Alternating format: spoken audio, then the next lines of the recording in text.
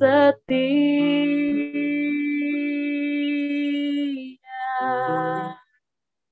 Silakan kepada Ibu Agustina TB untuk melanjutkan ibadah kita.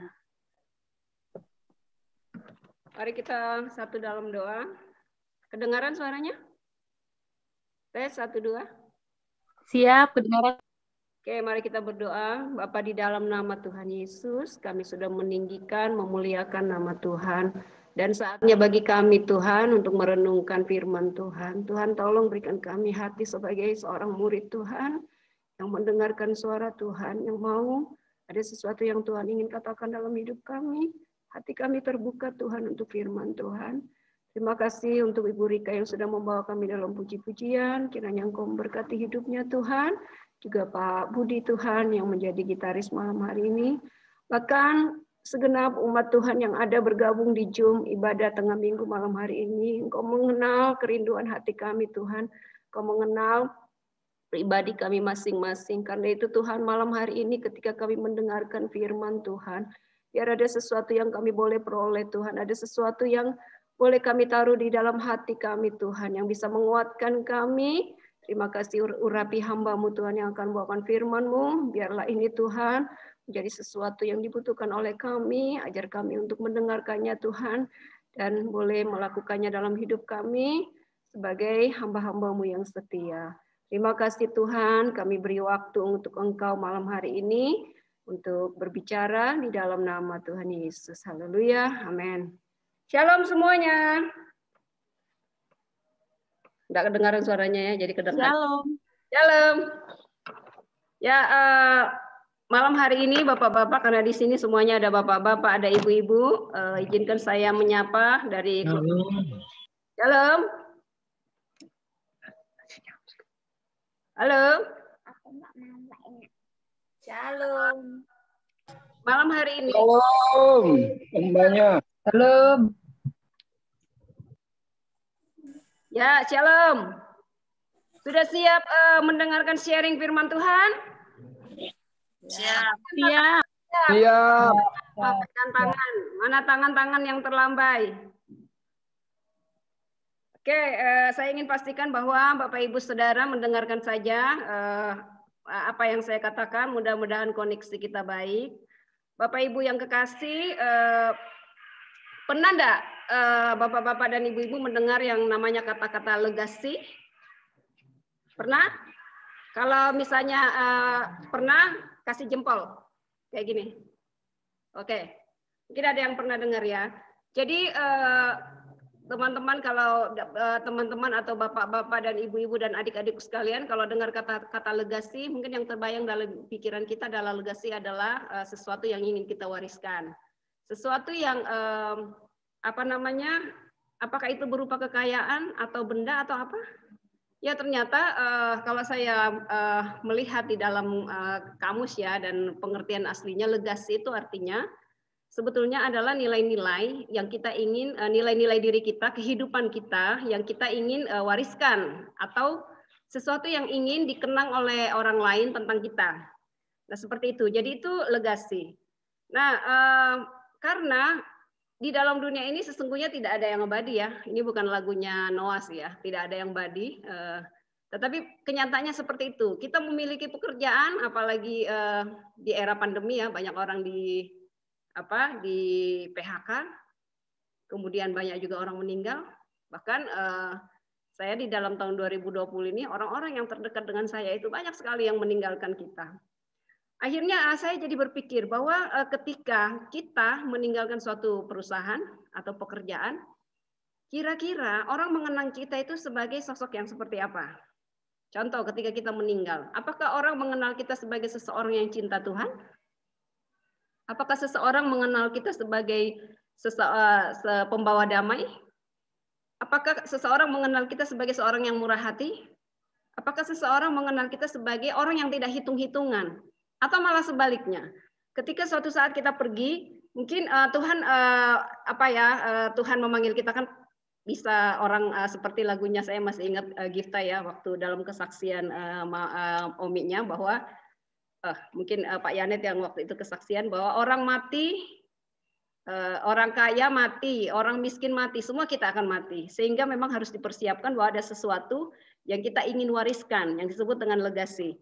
Atau misalnya begini, apakah pada saat kita pergi kita dikenal sebagai orang yang jujur, atau malah sebaliknya, wah dia itu orang yang suka nipu misalnya, dia itu pencuri misalnya, atau wah dia itu seseorang yang tidak bisa dipercaya. Atau banyak label-label lain yang kita terima, atau dia itu seseorang yang tidak bertanggung jawab, atau dia seseorang yang tidak setia, dia itu orang yang pelit. Nggak enak banget kan ya. Nah, jadi Bapak Ibu, saudara-saudara yang kekasih, bahwa di dalam hidup ini ternyata yang terpenting adalah bahwa ketika kita pergi, betul ya, ketika kita percaya Tuhan, pasti kita akan masuk yang di dalam namanya kekekalan. Tetapi tentu saja bahwa anak cucu kita, suami kita, keluarga kita, bahkan kolega-kolega kita itu akan mengenal kita sebagai sosok yang seperti apa. Apa legasi yang akan kita tinggalkan. Untuk dasar firman-Nya Tuhan, mari kita akan buka sama-sama di dalam Amsal 13 ayat 22a. Amsal 13 ayat 22a, di situ disebutkan, sudah dapat semuanya? Katakan iya, yes kalau sudah dapat. Ya, di dalam Amsal 13 ayat 22. Ini saya kopas ya, ada dari terjemahan bahasa Indonesia online. Di situ disebutkan bahwa orang baik meninggalkan warisan bagi anak cucunya, orang baik. Kemudian di dalam kita baca lagi satu di dalam Amsal 10 ayat 7, di situ tertulis, Amsal 10 ayat 7, di situ tertulis bahwa kenangan kepada orang benar mendatangkan berkat. Kita mengenal banyak tokoh-tokoh bangsa kita, bahkan orang-orang yang katakanlah ya pendeta-pendeta besar yang meninggal mungkin, atau orang-orang yang pemimpin-pemimpin bangsa kita. Ketika dia meninggal kita baru tahu pribadinya bahwa dia adalah seseorang yang luar biasa. Dia adalah seseorang yang ternyata luar biasa mencintai Tuhan. Nah, malam hari ini saya ingin bercerita juga tentang seseorang tadi, bahwa seseorang yang meninggalkan legasi yang luar biasa.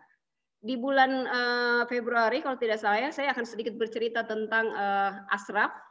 Mungkin Bapak Ibu dan Saudara tahu ya, Ashraf adalah suaminya artis terkenal BCL, dan dia juga seorang aktor yang terkenal. Nah, pada saat orang meninggal, tentu orang pasti akan memberikan testimoni kan, mengenang Ashraf dan sebagainya.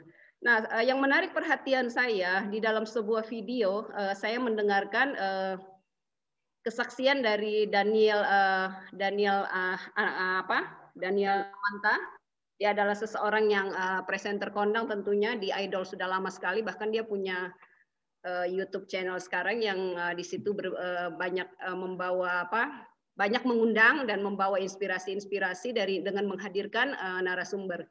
Nah, dia ceritanya seperti ini. Suatu saat dia bertemu dengan Ashraf dan dia bilang, bro, apa kabar? Biasalah ya kalau kita ketemu teman, apalagi orang yang sangat dekat, kita selalu mengatakan apa kabar, bagaimana keluargamu, bagaimana Noah, bagaimana pekerjaanmu. Nah, satu titik yang ketika dia bertemu dengan Ashraf, lalu dia menanyakan, masihkah di pekerjaan yang ini? Rupanya waktu itu dalam satu bisnisnya, si Ashraf ini menjadi seorang CEO. Ya, CEO itu ya pimpinan Chief Executive Officer di perusahaan itu. Dan pada saat itu Daniel bilang, gimana? Masih di situ kah? Sibuk dong ya. Nah, tapi Ashraf bilang, oh, lu nggak tahu ya, gue ini udah lama banget gitu lah ya. Orang Jakarta bilang seperti bahasanya Novita sekarang. Jadi dia bilang, aku tuh sudah tidak di situ lagi, aku sudah keluar.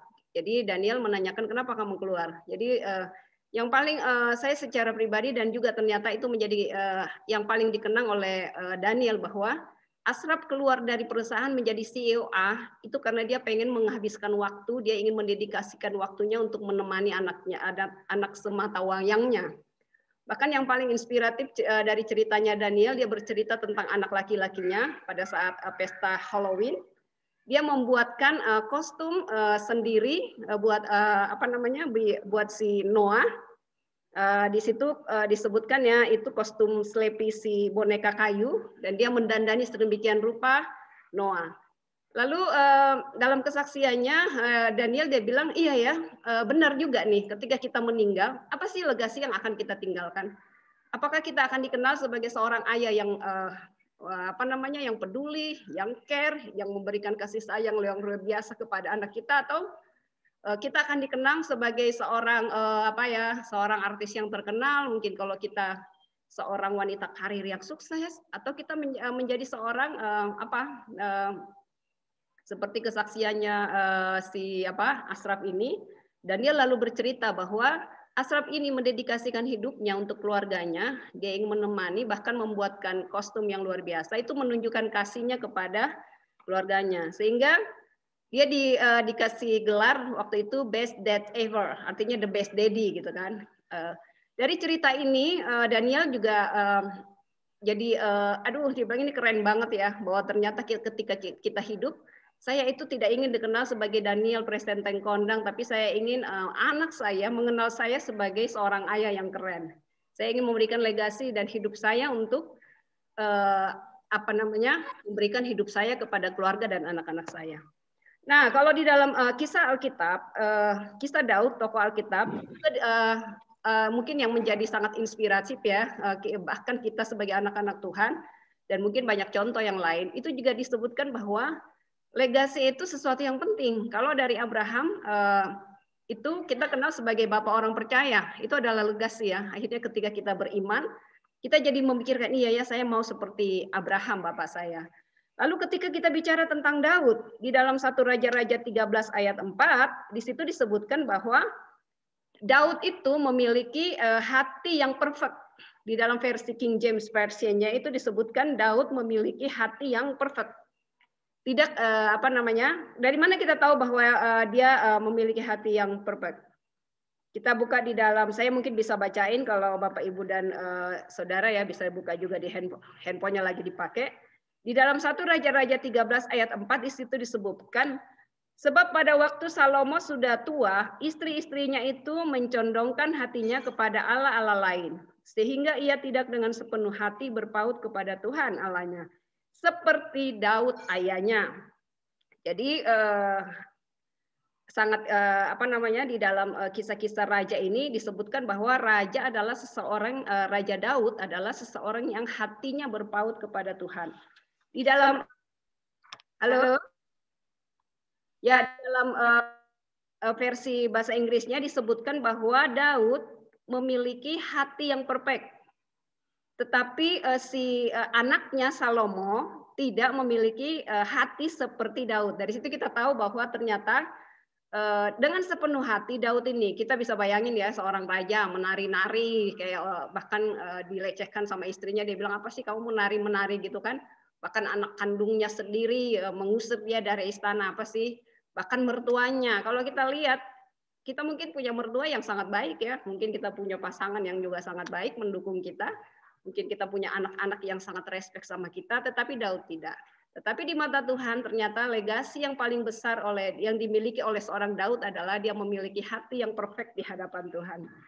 Nah, Bapak Ibu Saudara yang kekasih, bahwa dalam raja-raja dan dalam perjalanan kita tahu perjalanannya bahwa kerajaan Israel itu akhirnya terpecah menjadi dua, yaitu Israel dan Yehuda, dan hanya satu suku yang tetap diberikan kepada keturunannya Daud. Padahal kalau kita lihat ya bahwa kenapa Tuhan masih kayaknya membela keturunan Daud, karena Tuhan sudah menangkap isi hati Daud, dia sudah meninggalkan legasi yang luar biasa, dia punya hati yang perfect kepada Tuhan, sehingga dalam keturunannya Tuhan tetap memperhitungkan dia, tetap ada keturunannya yang tetap menjadi raja, seperti itu. Bahkan kita juga sebutkan ketika kita raja-raja ya, kalau teman-teman baca di kitab Tawarik dan raja-raja, di situ disebutkan bahwa ketika ada orang yang tetap setia kepada Tuhan, selalu dibilang hatinya, misalnya kalau yang setia selalu akan disebutkan hatinya setia seperti Daud bapa leluhurnya. Seperti itu.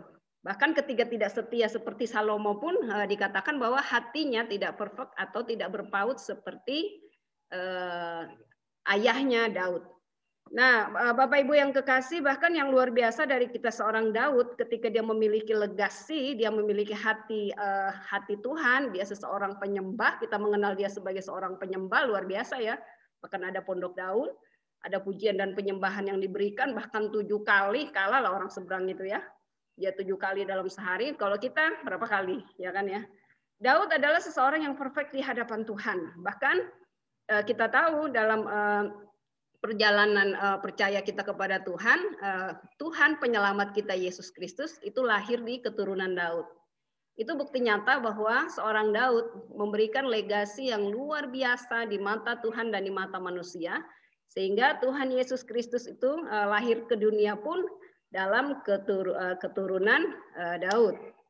Nah, Bapak Ibu Saudara yang kekasih, kalau kita bicara tentang legasi, bahwa kita jangan berpikir bahwa ternyata pada saat ini apa yang sedang kita tabur adalah apa yang kita bangun dalam diri kita, apa yang kita lakukan, entahkah kita sebagai seorang ibu rumah tangga, kita sebagai pelajar, kita sebagai pekerja, apakah kita dikenal sebagai pekerja yang jujur, yang punya loyalitas, seorang anak yang misalnya bertanggung jawab, apakah kita seorang mama-mama yang misalnya memang mendedikasikan diri kita buat keluarga, masak sebaik-baiknya, kemudian mungkin juga kalau seorang pelajar apakah kita mengerjakan tugas kuliah kita dengan sebaik-baiknya.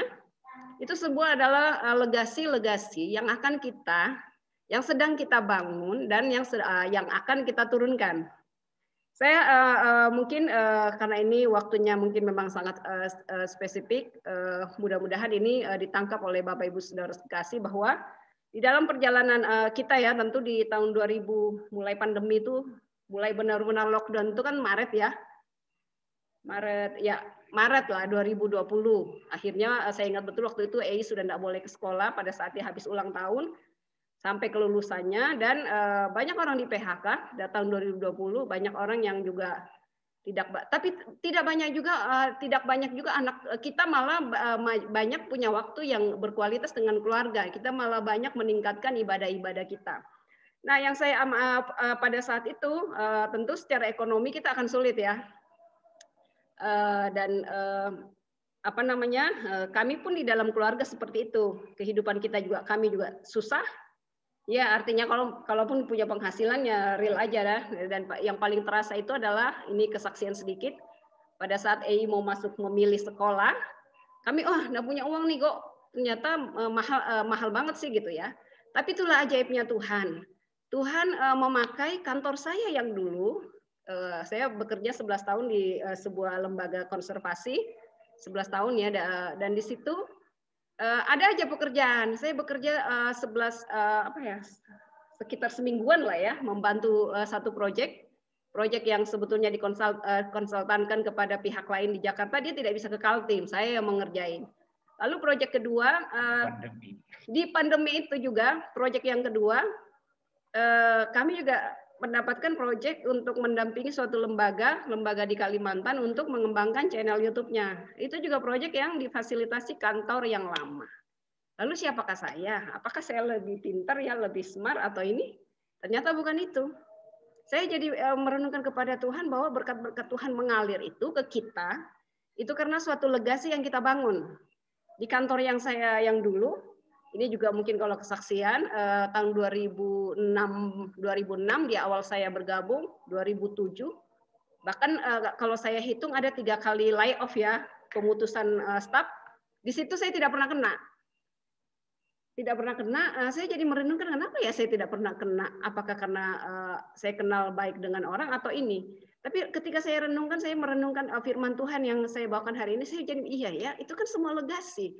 Ketika misalnya orang bikin laporan, saya suka mau membuat laporan itu yang yang asal bikin misalnya.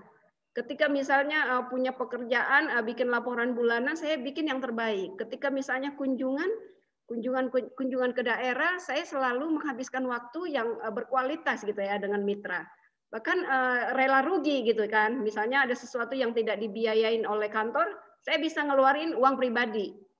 Nah, dan yang terutama ketika saya pun misalnya menjabat sebagai project campaign manager yang waktu itu punya akses kepada keuangan, saya tidak pernah didapati tercelah dari sisi keuangan. Bahkan terakhir-terakhir saya dipercayakan sebagai check signer untuk mengeluarkan uang untuk vendor dan sebagainya. Di situ saya lihat bahwa ternyata ketika kita mau jujur, kita mau melakukan yang terbaik, itu ada legasi kita loh.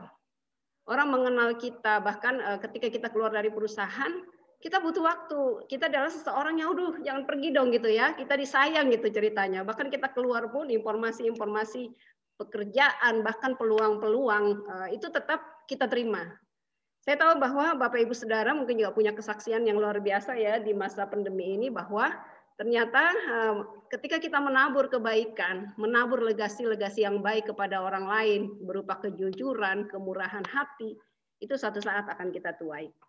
Nah, Bapak Ibu Saudara yang kekasih, mungkin terakhir yang saya ingin berikan bahwa apapun jenis pekerjaan kita, mungkin di kantor kita diberikan beban yang luar biasa. Kadang-kadang kita sebagai pekerja kan ya, Bapak-bapak ya, ini di luar GD saya gimana dong gitu ya. Kerjakan aja, sedapat Tuhan berikan kita kekuatan, kerjakan aja. Kita bekerja ekstra mungkin. Ketika misalnya Tuhan bersyukurlah sebetulnya kalau punya bos yang cerewet ya, yang perfect misalnya. Ini kurang. Itu adalah kesempatan kita sebetulnya mengasah dedikasi kita, loyalitas kita dan kemampuan kita. Terus mungkin dalam konteks kita sebagai ibu-ibu pada saat ini ya, saya sendiri ya, bahkan Bapak Aaron beberapa 3 bulan di sini mendampingi anak-anak belajar gimana ya, sampai kepala. Wah ini loh, apalagi kalau gurunya nggak ngajarkan langsung gitu kan. Kita jadi benar-benar sebagai ibu rumah tangga itu, aduh Tuhan berikan saya kemampuan. Saya mengajar anak saya, membantunya menyelesaikan tugas, bahkan saya mengajarkan tentang, ayo tanggung jawab, ayo kerjakan ini, buka ini. Itu adalah dedikasi yang kita sedang ajarkan kepada anak-anak. Bahkan Aaron sempat protes ya, Mama, temanku itu nggak repot-repot lo kerjain tugas, mamanya yang kerjain. Ya enak aja, mamanya malam-malam kerjain, dikirim sama gurunya. Enaknya, saya bilang. Sekarang kalau saya bilang sama Aaron, kalau ketika misalnya mama temanmu yang ngerjain tugasnya, kamu dapat apa nak? Kira-kira kamu mau enggak seperti itu? Lalu Aaron menjawab, itu jawabannya dia sendiri, iya, mamanya yang pintar, dia jadi bodoh dong mama. Oke, itu yang mama lakukan ke kamu. Jadi kalau kamu ada tugas, lakukanlah sebaik-baiknya. Nanti mama periksa, mama akan bantu. Ya seperti itu juga kepada anak saya. Saya mengajarkan dia untuk giving your best. Tulisannya salah eja saya suruh menghapus. Bahkan bisa dia mengerjain 1 buah tugas seharian itu bisa sampai sore.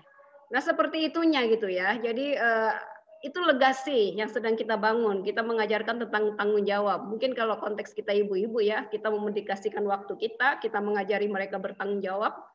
Bahkan nilai-nilai kejujuran mungkin dalam kehidupan kita hari-hari kita juga ajarkan kepada anak kita. Contoh kasus misalnya seperti BDR itu kan ulangan kan online kan. Kita bisa aja tergoda loh. Misalnya memberitahu dia jawabannya. Padahal gurunya adalah bilang ini tidak boleh buka buku, tidak boleh diberitahu orang tua. Nah ketika misalnya kita mulai memberitahu jawabannya dan dia melihat kita, pasti kita tidak enak. Pasti kita akan terpancing untuk memberitahu jawabannya. Ketika kita memberitahu, sebetulnya kita sedang mengajarkan ketidakjujuran. Bapak Ibu Saudara yang kekasih, sebagai penutup dari renungan kita malam hari ini, kita akan buka di dalam Kolose 3 ayat 23. Ini yang terakhir, di situ disebutkan Kolose 3 ayat 23. Apapun juga yang kamu perbuat, perbuatlah dengan segenap hatimu seperti untuk Tuhan dan bukan untuk manusia. Kalau Tuhan izinkan kita sebagai pekerja, bahkan kita sebagai ibu rumah tangga, bahkan kita sebagai anak, mari berikan legasi-legasi, mari bangun legasi-legasi yang baik. Mari kita kembangkan karakter-karakter yang baik. Seperti di pendahuluan tadi bahwa nama baik itu lebih berharga dari emas dan perak. Ketika kita suatu saat meninggalkan dunia ini, kita dikenal sebagai orang yang baik. Ibu Rika yang murah hati misalnya, yang gampang tersenyum. Mungkin Pak Daud yang suka memotivasi. Ibu siapa lagi yang ada di Zoom ini? Ibu Mary yang selalu ringan tangan membantu misalnya, atau banyak hal. Itu adalah legasi-legasi yang ingin kita bangun. Bahkan ketika Tuhan percayakan kita anak-anak, Mari kita menjadi ibu yang baik buat mereka. Mari kita dedikasikan waktu kita. Walaupun kita capek, kita ini, tapi mari kita berikan hidup kita. Terutama mari kita bangun hubungan kita dengan Tuhan. Kita juga ingin dikenal seperti Daud. Kita adalah seorang pemuji dan penyembah. Demikian renungan firman Tuhan yang sangat singkat malam hari ini. Kiranya ini memberkati Bapak Ibu Saudara. Mudah-mudahan ini dengan sharing ini Bapak Ibu juga diberkati oleh Tuhan, keluarga Bapak Ibu, adik-adikku semua bisa diberkati. Mari berikan legasi-legasi yang terbaik dan berikan versi yang terbaik dalam hidup. Terima kasih.